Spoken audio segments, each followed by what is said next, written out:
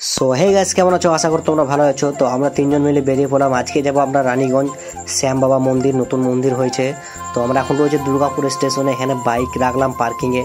তো এখান দিয়ে আমরা লোকাল ট্রেনের টিকিট কাটবো, দেন আমরা যাবো রানীগঞ্জ। তো দেখতে পাচ্ছ আমাদের লোকাল ট্রেনের টিকিট কাটা হয়ে গেছে। তো আমাদের ট্রেন এখন অনেক লেট আছে। আমরা রয়েছে এখন প্ল্যাটফর্মের ভেতরে, দেখতে পাচ্ছ এখানে দাঁড়িয়ে রয়েছে। আর এদিকে মুখ ধুচ্ছে গরমে, এত রোদ দিয়েছে। সো আমরা এখন লিফটে করে উঠে যাচ্ছি 3 নম্বর প্ল্যাটফর্মে। তো দেখতে পাচ্ছ এখন ট্রেন প্রচুর লেট আছে। এখানে আমরা কিছুক্ষণ আড্ডা দেবো, তারপর আমরা যাব। তো এই ট্রেনটা নয়, এই ট্রেনটা এমনি তোমাদেরকে দেখালাম।